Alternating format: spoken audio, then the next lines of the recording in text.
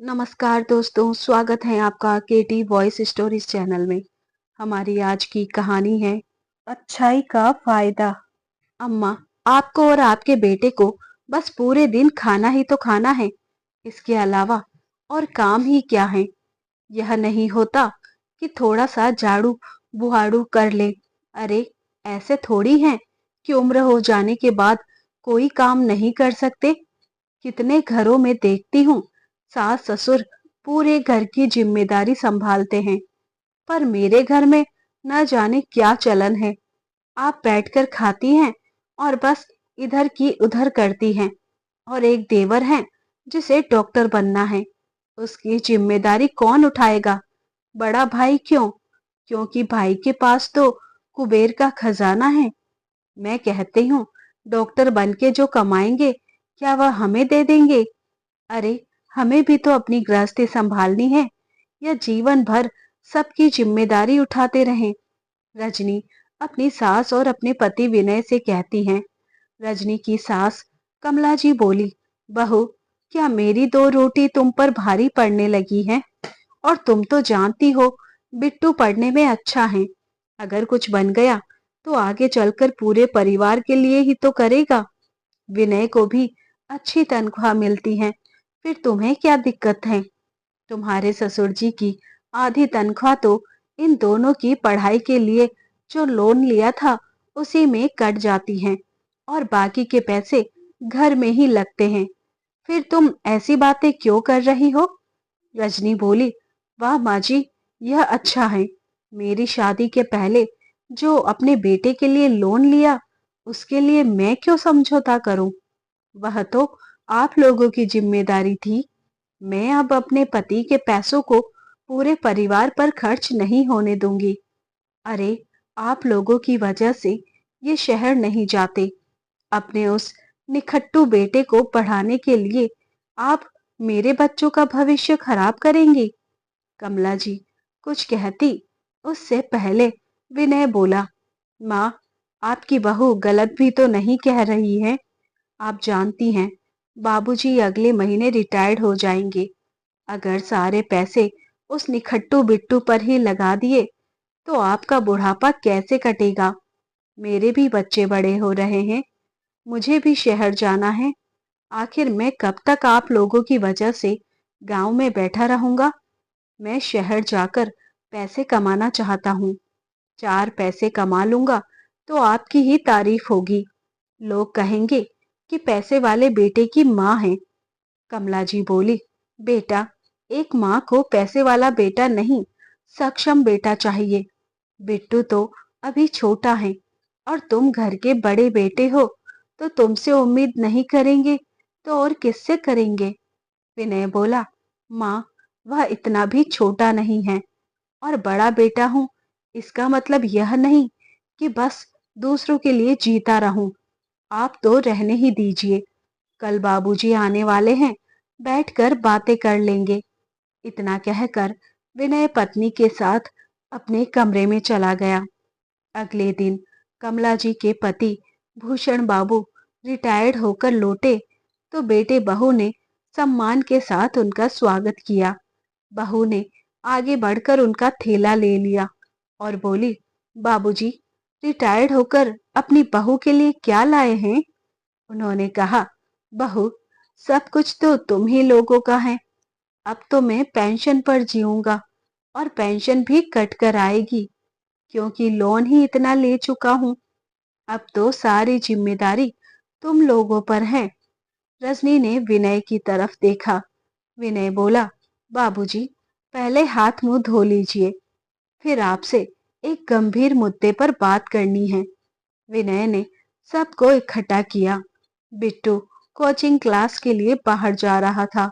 विनय बोला, एक दिन नहीं पढ़ोगे तो कुछ घाटा नहीं होगा। तुम भी आकर यहीं बैठो।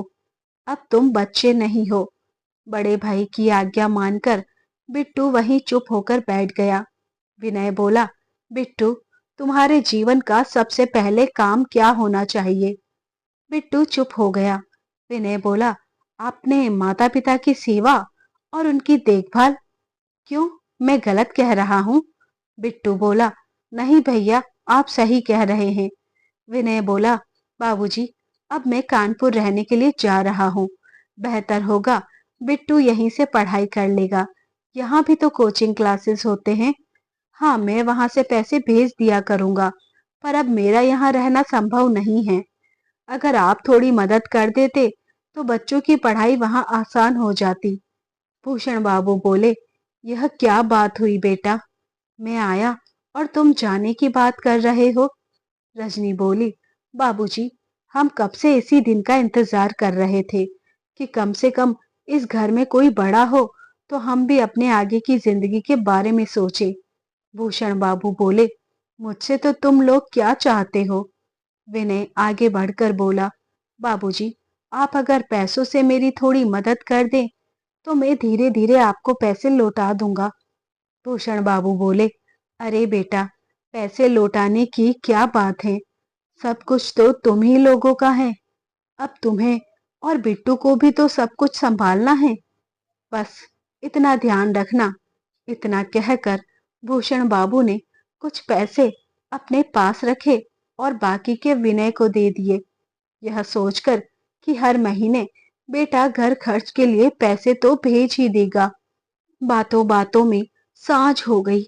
कमला जी रसोई की तरफ जाने लगी तो रजनी बोली, अरे माँ जी, आप आराम कीजिए, मेरे होते हुए आप काम क्यों करेंगी? कमला जी आश्चर्य से बहू को देखने लगी कि जो बहू आज तक बिना ताने की दो रोटी नहीं देती थी, आज आराम करने को कह रही है। भूषण बाबू बोले, कमला, ऐसी बहू भाग्य से मिलती हैं। वह तुम्हें आराम करने को कह रही है और तुम रसोई में जाना चाहती हो। कितने समय बाद यहाँ आया हूँ, कुछ वक्त तो मेरे साथ बैठो। वो चुपचाप भूषण बाबू के बगल में बैठ गई। जब सब खा पीकर अपने कमरे में चले गए तो रजनी विनय से बोली, आपने यह क्यों कहा कि हर महीने वहां से आप देवर जी और घर खर्च के लिए पैसे भेज देंगे? विनय बोला, अरे पगली, कहने में क्या जाता है? कम से कम यह कहकर बाबूजी ने हमें लाखों रुपए तो दे दिए। अब यहाँ जाकर अपने मन को मारना नहीं पड़ेगा। और याद रखो, जितने भी जेवर हैं ले चलना, यहाँ कुछ भी छोड़ने की जरूरत नहीं है। रजनी हंसकर बोली, मैं आपके कहने से पहले ही रख लिए हैं और माँ जी के जेवर भी रख लेती हूँ। अरे, आज तक मैंने सेवा की तो उन गहनों पर मेरे सिवा किसका अधिकार होगा? यह बात कहकर दोनों हंसने लगे। माता पिता इस बात से निश्चिंत हैं कि बेटा शहर जाएगा और उनकी बची हुई परेशानियों को खत्म कर देगा, पर उन्हें क्या मालूम था कि यह तो अपने ही घर को लूटकर अपना घरौंदा बसाना चाहता है। 2 दिन बाद विनय अपने परिवार के साथ चला गया। पहले महीने 2 महीने में फोन करता और हर बार पैसों की तंगी बताता था। इधर भूषण बाबू के बचे पैसे भी खत्म होने लगे। बेटे की पढ़ाई के लिए उन्होंने इधर उधर से कर्जा लिया। कमला जी ने कहा, मैं जेवर बेचकर बिट्टू को पढ़ाऊंगी, वरना निखट्टू ही रह जाएगा। बिट्टू बोला, माँ, क्या डॉक्टर बनकर ही मैं आप लोगों का अच्छा बेटा बन सकता हूँ? बिना डॉक्टर बने क्या मैं सक्षम बेटा नहीं बन सकता? माँ, आप कब तक मुझे निखट्टू और नासमझ समझोगी? भले ही भैया की तरह मैं पैसे ज्यादा ना कमाऊं, पर अपनी जिम्मेदारियों से कभी मुंह नहीं मोड़ूंगा। इतना कहकर बिट्टू अपने लिए उस छोटे से शहर में ही काम ढूंढने लगा। देखते ही देखते 2 वर्ष बीत गए। विनय पलट कर घर नहीं आया। बिट्टू माँ पिता की सेवा में रम गया। भूषण जी की तबीयत ठीक नहीं रहती थी। बेटे के धोखे ने उन्हें अंदर से तोड़ दिया। अब बेटे उन्हीं के पलंग के बगल में अपनी खाट लगा ली ताकि पिताजी को किसी भी चीज की आवश्यकता पर वह पल भर में उनके सम्मुख खड़ा हो जाए। कमला जी के बार बार कहने पर भी बिट्टू ने अपनी पढ़ाई छोड़ दी। आए दिन कमला जी गुस्से में उसे कभी निखट्टू तो कभी नासमझ की उपाधि देती रहती थी। एक रोज हार कर बिट्टू ने विनय को फोन किया और पिता की स्थिति के बारे में बताया तो विनय बोला, मुझे जितने दिन करना था मैं कर चुका हूँ। मैं जीवन भर उनकी सेवा का ठेका नहीं ले रखा है। अब उनकी हालत का जिम्मेदार मैं नहीं। जो करना है अपने दम पर करो। हाँ, मर जाएंगे तो मुझे बता देना। मुखाग्नि तुम ही दे देना, परंतु घर और जमीन का आधा हिस्सा मेरा होगा, यह उनको बता देना। बिट्टू ने यह सारी बात जब भूषण जी को बताई तो उनके जीने की इच्छा ही खत्म हो गई। उस रात भूषण जी सोए तो फिर कभी नहीं जगे। कमला जी अधूरी सी हो गई थी। घर के छोटे मोटे काम किसी तरह करती थी। हर समय उनका ध्यान कहीं और ही रहता था। इसी बीच में एक दिन कमला जी कुसल खाने में गिर गई, जिससे उनके कूल्हे की हड्डी टूट गई थी। फ्रैक्चर तो मामूली था, परंतु वृद्धावस्था के कारण हड्डियों का जुड़ना भी संभव नहीं था। कमला जी के कई बार बुलाने के बाद भी विनय और रजनी उन्हें देखने तक नहीं आए। अस्पताल का बिल बढ़ता ही जा रहा था। बेटे ने माँ से परेशानी साझा की तो कमला जी बोली, बेटा, जेवर किस काम आएंगे। मेरे नीले वाले बक्से में कुछ जेवर रखे हैं, उसमें से कुछ अपनी पत्नी के लिए रख देना और सब बेच दो। बिट्टू घर जाकर जब बक्सा खोलता है तो बक्सा पूरा खाली था। बिट्टू को समझते देर ना लगी, पर उसने माँ से कुछ नहीं बताया और कभी मजदूरी तो कभी अपना खून बेचकर अस्पताल का बिल भर देता है।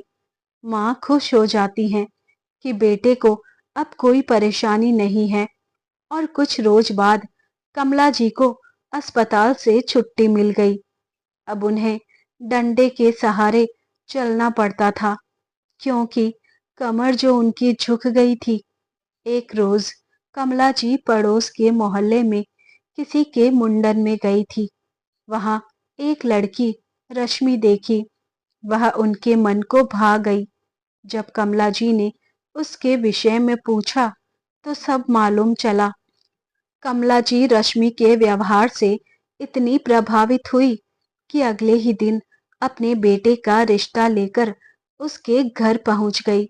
रश्मि के पिता विशंभर नाथ जी ने तुरंत स्वीकार कर लिया, क्योंकि बिट्टू के व्यवहार के कारण उसे पूरे गांव में लोग बहुत इज्जत देते थे। निर्धारित तिथि तय हो गई। कमला जी से फोन करके रजनी बोली, उस निखट्टू से कौन शादी कर रहा है। अरे, क्या काम आएगा और क्या बीवी को खिलाएगा। दोनों में से कोई भी विवाह में उपस्थित नहीं हुए। इष्ट देव और माँ के आशीर्वाद से रश्मि और बिट्टू की शादी संपन्न हुई। देखते ही देखते 2 सालों में कमला जी की गोद में 5 महीने की पोती रूही आ गई।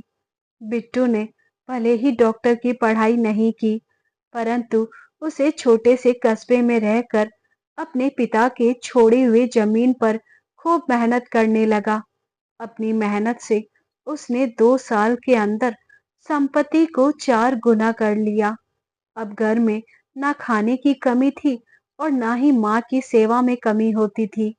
अब आस पड़ोस के गांव के लोग बिट्टू से खेती के नुस्खे सीखने आते थे। बेटे की तरक्की पर कमला जी गर्व महसूस करती थी। 2 साल बाद रश्मि ने कमला जी को पोते का सुख दिया।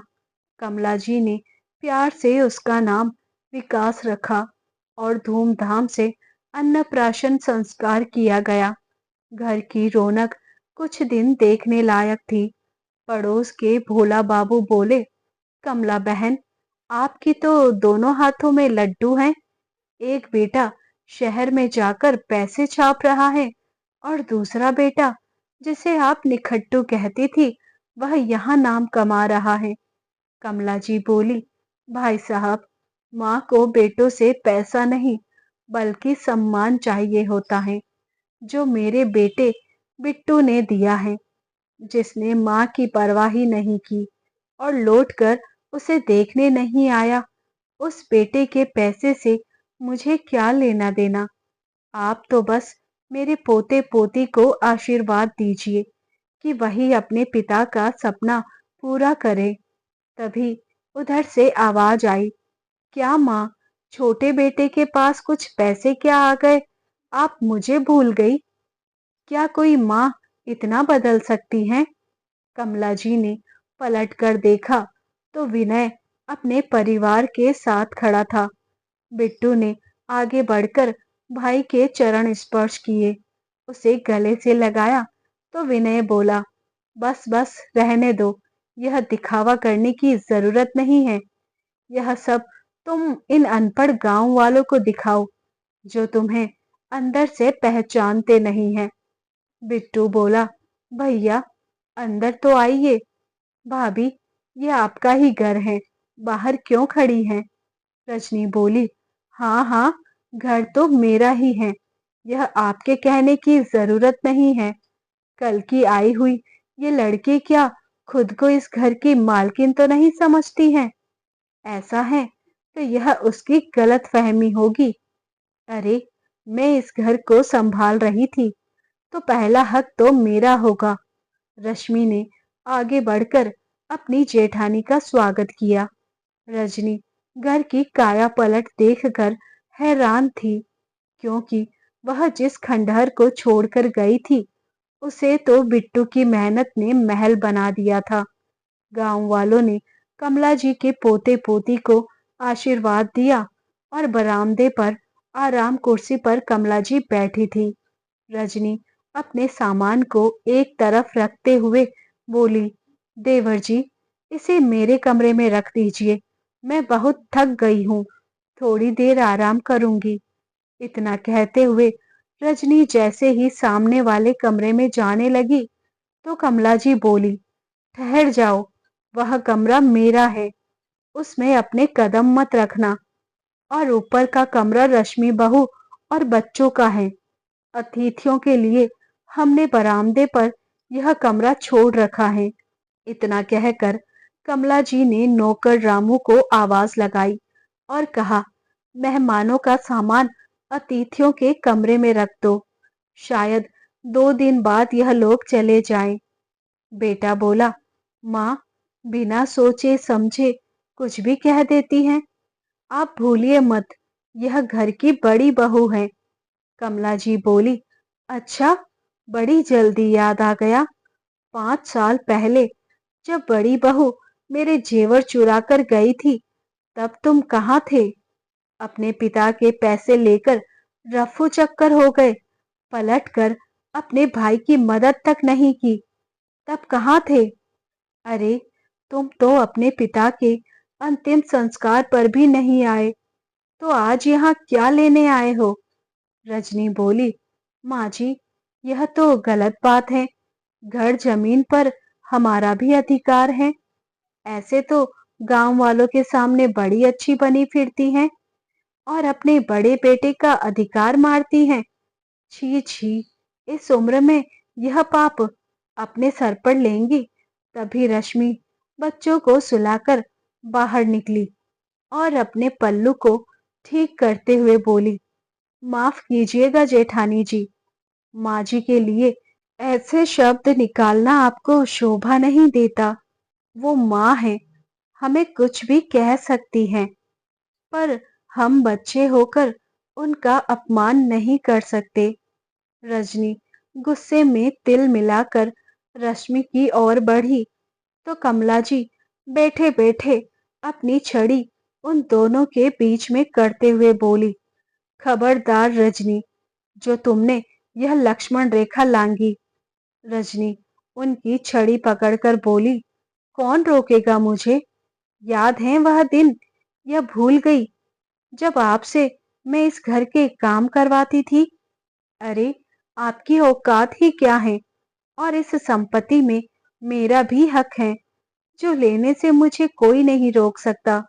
कमला जी अपनी जगह से खड़ी हुई और अपनी छड़ी से रजनी को 2 छड़ी लगाई और बोली, यह जमीन, यह संपत्ति क्या अपने बाप के घर से लेकर आई थी? अरे, तू तो ऐसी चोरनी है जो अपने ही घर में डाका डालती है।